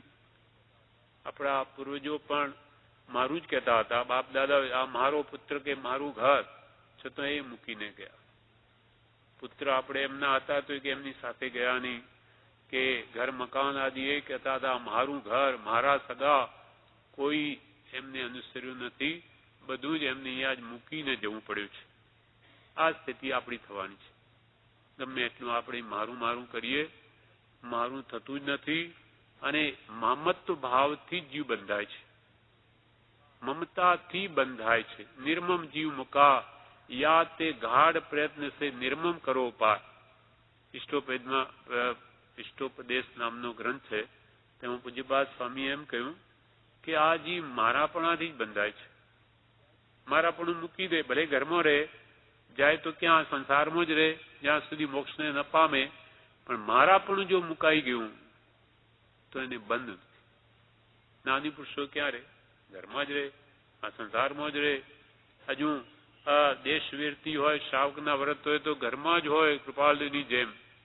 છતાં એમને કોઈ બંધ નથી. સમદિઠ્ઠી ન કરી પાવમ, કેમ કે મારાપણું નથી. કરતા છતાં કરતા નથી. અકર્તૃત્વ લક્ષ્ય કર્તૃત્વ ભાવ છે, ઉદયાધીન વર્તન છે. એમને પુત્ર પ્રત્યે પણ મારું નથી. કૃપાલદેવ તો એકવાર બધા આમ બોલે કે અમે ત્યાં જઈ આવ્યા, કે અમે કે બે જણે, કે આપ તો આપને જ અમે કહીને બોલાવો છો, બહુવચનથી બોલાવો આપને પણ, માનવાચક. ત્યારે કૃપાલદેવ કહે આ પણ વચન અમે ઉપયોગપૂર્વક બોલીએ છીએ, એમાંય અમારો ઉપયોગ છે. મેં હું નહીં, મેં એટલે હું નહીં. નકારાત્મક નેગેટિવ છે. આ હું નહીં, એ પણ અમારો એમાં ઉપયોગ રહેલો છે. અમે કહીએ છીએ એમાંય, ભલે અમે પુત્રને પુત્ર કહીએ પણ અમે માનતા જ નથી અંતરથી કે આ પુત્ર મારો. સ્ત્રીને સ્ત્રી કહીએ પણ અમે માનતા જ નથી, આત્મા છે. માતા પિતા ધન, એમાં બધામાં અમને મારાપણું અમને છે જ નહીં. કૃપાલદેવનું કેટલું નિર્મોહીપણું હતું. કૃપાલદેવ કહે છે કે એમની માના પ્રસંગમાં જ એકવાર માને કહ્યું, દેવા માને, કે સંસારમાં ગ્રસ્ત, એક ગ્રસ્ત પોતાની સ્ત્રી પ્રત્યે એક દિવસમાં જેટલો રાગ કરે તેટલો સરવાળો આખી જિંદગી અમારો જો મોહ ભેગો કરી દો તો પણ ના આવે.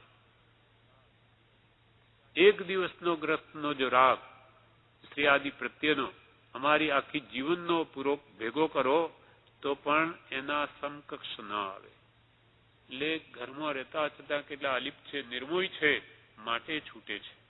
એટલે ઘરમાં રહેવાથી બંધ નથી, બંધ છે મારાપણાથી. આ શરીર મારું, એને લઈને આ કુટુંબ મારું, એ જો અહમ મમત્વ નીકળી ગયું તો ગમે ત્યારે એવું થાય, છૂટે છે. એટલે કૃપાલદેવે 56ના પત્રમાં કહ્યું કે અહમ મમત્વ ભાવ નિવૃત્ત થવાને અર્થે એટલે માટે નાની પુરુષોએ આ 6 પદની દેશના પ્રકાશી છે. આ હું પણ મારાપણું કાઢવા માટે છે. આ જેનું નીકળી ગયું જેટલા પ્રમાણમાં, તેટલો જ્યાં રહ્યો હોય ત્યાંથી છૂટે છે. એટલે આપણે પણ ઉદયાધીન રહેવું પડશે. બધાને કંઈ સત્સંગમાં રહેવાની એટલી જોગવાઈ ન હોય તો જ્યાં રહેતા હોઈએ ત્યાં મારું નથી, હું તો સહજાત્મ સ્વરૂપ છું. પરમ ગુરુ પંચ પરમેષ્ઠી જેવો આ બધું જ પુણ્ય પાપના ખેલ છે. આ જે પુણ્ય છે બધું સારું દેખાય, કાલે પાપનો ઉદય આવી જાય, આ મારું છે જ નહીં. એ ભાવ જો ત્યાંય દ્રઢ રહ્યો, એના વચન બળે, આમ તો ભૂલી જવાશે, કંઈ રહેવાશે નહીં, આ કાયમ સ્થિર ન રહે. એના વચનોથી આ ભાવ વારંવાર, જેમ કે આ પત્ર 692 રોજે બોલીએ ત્યાં રોજે આપણે બોલતા હોઈએ અને એ ભાવ દ્રઢ રાખતા હોય કે મારું કોઈ નથી, હું તો શુદ્ધ ચેતન સ્વરૂપ અવિનાશી હું આત્મા છું. એમ આત્મભાવના કરતા રાગ દ્વેષનો ક્ષય થાય. એ ભાવ આપણે ત્યાં રહ્યા પણ ભાવી શકાય. ભાવના તો બધે કરી શકે, અહીંયા ઉત્તમ નિમિત્તો વિશેષ છે કે સહેજે એ ભાવ ટકી રહે, જ્યારે ત્યાં પણ આ વચનામૃતના બળે કૃપાળજીના વચનોથી એ ભાવ જાગૃત રાખી શકાય છે. એટલે શ્રી સદગુરુએ કહ્યો છે, એવા નિર્ગંત માર્ગનો મને સદાય આશ્રય રહો. હું દેહાદિ સ્વરૂપ નથી, દેહ સ્ત્રી પુત્રાદિ કોઈ પણ મારા નથી. શુદ્ધ ચૈતન્ય સ્વરૂપ અવિનાશી હું આત્મા છું. એમ આત્મા ભાવના કરતા રાગ દ્વેષનો ક્ષય થાય. 3 મંત્ર જે આપણને આપ્યા છે, પહેલું મંત્ર સહજાત્મ સ્વરૂપ પરમ ગુરુ. આ સહજાત્મ સ્વરૂપ શું છે એને સમજાવવા માટે જાણે આ મંત્ર છે. સહજાત્મ સ્વરૂપ શું, અને બીજું પરમ ગુરુ. પરમ ગુરુને સમજાવવા માટે ત્રીજો મંત્ર છે. સહજાત્મ સ્વરૂપ એટલે શું, તો કે આ હું દેહાદિ સ્વરૂપ નથી, દેહ શ્રી પુત્રાદિ મારા નથી. શુદ્ધ ચૈતન્ય સ્વરૂપ અવિનાશી એવો હું આત્મા છું. આ સહજાત્મ સ્વરૂપ, શુદ્ધ ચૈતન્ય સ્વરૂપ કે સહજાત્મ સ્વરૂપ એવો હું આત્મા છું. એમ આત્મભાવના કરતા રાગ દ્વેષનો ક્ષય થાય. એટલે સહજાત્મ સ્વરૂપ આત્મભાવના છે. અને પરમ ગુરુ એટલે શું, તો કે પરમ ગુરુ નિર્ગ્રંથ સર્વજ્ઞ દેવ. પરમ ગુરુ કોણ? પરમ ગુરુ નિર્ગ્રંથ સર્વજ્ઞ દેવ. એના બે વિભાગ. નિર્ગ્રંથ એટલે આચાર્ય ઉપાધ્યાય સાધુ ભગવાન, અને સર્વજ્ઞ એટલે અર્યંત અને સિદ્ધ ભગવાન. એની બે કેટેગરી. એટલે એના બે વિભાગ છે.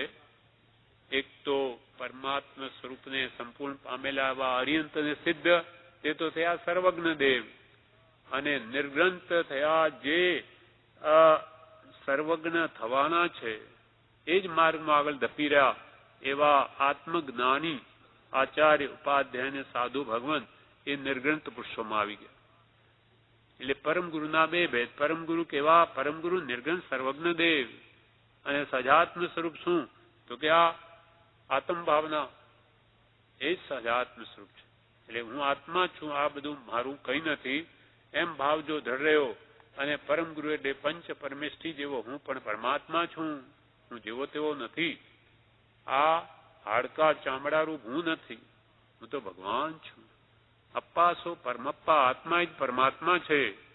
એની ભાવના આપણે હવે 4 દિવસ એ જ ભાવવાની છે. રાત્રે 3 કલાક હું સહજાત્મ સ્વરૂપ છું. પછી આત્મભાવની માળા આવશે, અને પછી પરમ ગુરુ નિર્ગ્રંથ સર્વજ્ઞ દેવ. આ પણ પંચ પરમેષ્ઠી જે છે પરમ ગુરુ, એવો હું છું. તેમાં હું છું. સહજાત્મ સ્વરૂપે હું, નિશ્ચય ને પરમ ગુરુ હું. અને આત્મ ભાવના પણ મારે જ ભાવવાની, બીજા નહીં. હું આત્મા છું, સહજાત્મ સ્વરૂપ છું. એમ ત્રણેય મંત્ર એકબીજાને સંબંધિત છે, અને એમાં મૂળ મંત્ર સહજાત્મ સ્વરૂપ છે. કૃપાળજીની મુખ્ય આજ્ઞા સહજાત્મ સ્વરૂપની છે. એની જ પૂર્તિ માટેના 2 મંત્રો છે. એટલે આવતીકાલે સવારે આ 3 મંત્રોની આપણે માળા ગણતા કેવી રીતે ભાવ રાખવા વગેરે આપણે